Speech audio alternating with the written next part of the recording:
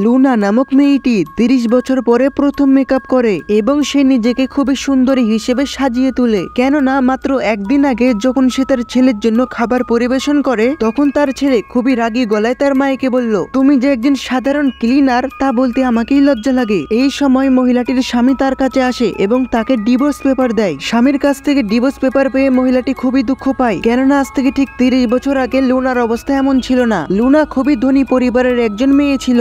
একজন গরিব ছেলেকে ভালোবাসার কারণে লুনার বাবা মা তাকে মেনে নেয়নি। লুনা তার ভালোবাসার জন্য তার বাবা মায়ের সমস্ত সম্পত্তি ত্যাগ করে দেয় এবং বিয়ের পরে সে তার স্বামীর অফিসে একজন কর্মচারী হিসেবে ক্লিনারের কাজ করে। লুনা তার স্বামীর অফিসকে বড় করার জন্য অনেক পরিশ্রম করে, কিন্তু আজকে তার স্বামী যখন সফল হয়ে যায় তখন কিনা সে তার ওয়াইফ লুনাকে ডিভোর্স দিয়ে দেয়। এইসব কথা চিন্তা করতে গিয়ে লুনা অজ্ঞান হয়ে যায় এবং তার জ্ঞান ফিরে হাসপাতালের বেডে। লুনার সামনের ডক্টরটি মূলত লুনার বেস্ট ফ্রেন্ড, যে লুনাকে বলে তোর ক্যান্সার এবং তুই বেশি দিন বাঁচবি না, এবং সে লুনাকে পরামর্শ দেয় তুই তোর বাবা মায়ের কাছে যা। কিন্তু বাবা মায়ের কাছে যাওয়ার পূর্বে লুনা তার বাসায় আসে এবং তার স্বামীর কাছ থেকে শেষ বিদায় নিতে আসে। কিন্তু ঘরে প্রবেশ করার সময় লুনা তার স্বামীর কাছ থেকে এমন একটি কথা শুনতে পায় যেটা শোনার জন্য লুনা মোটেও প্রস্তুত ছিল না।